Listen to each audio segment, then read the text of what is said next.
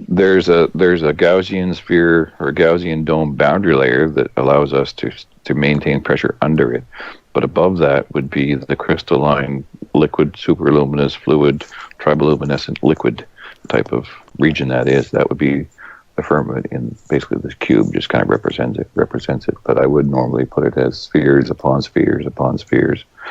Okay. Because we do see that when you look at the sky at night, right, you'll see that like the Milky Way has a shadow, right? One side is a mirror of the other side. Like the lit side is mirrored by the shadow side.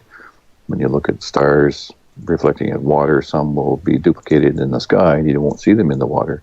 But there's more. Oh wow, yeah. You gotta show that, Chris. Honestly, brother. I can try and pull up some other pictures here too. This is just an image I grabbed of. You can just go grab some high quality images of the Milky Way, preferably if they're a slightly overexposed one. So this is an image of just the Milky Way, and I was just kind of pointing out that if you can take a grease pencil, whatever, print off a picture of this, and if you can see my little pointer cursor, if you trace down one side of the Milky Way, and you can actually trace the light side, and then you can trace the dark side, and you'll see that it's an exact perfect mirror image of itself, right? So that to me indicates that you're looking through double layers. So it's one layer reflecting the top layer, and in between you're actually looking through it at a bit of an angle, so you're seeing something that's actually through the other side. And when we zoom out a little bit, you'll see that in the water, if you compare the number of stars in the sky compared to those in the water, you'll see that you can line them up quite well. With the brighter ones will actually line up and reflect in the water, but all these other ones are missing, like they just don't appear in the water at all. And there's lots of images. Just pull up, flat water lake, saltwater lake, star, night skies, and you see it's pretty consistent with all the photography.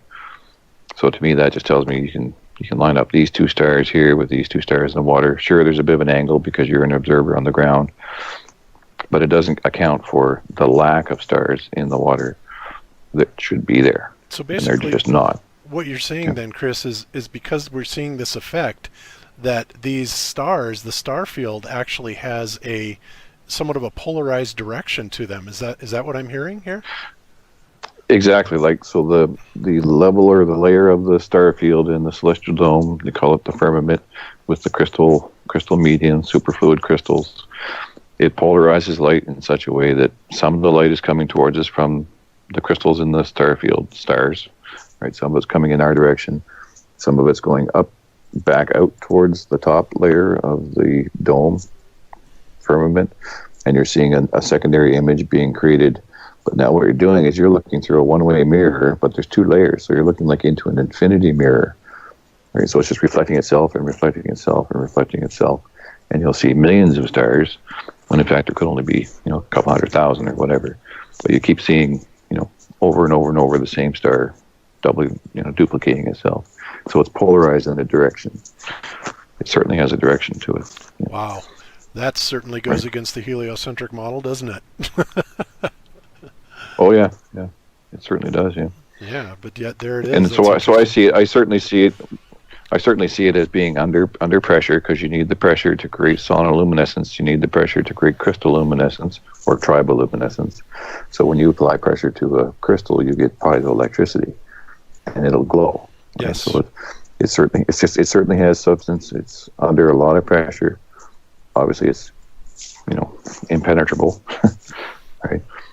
And everywhere you look, it's the same type of process. That is astounding.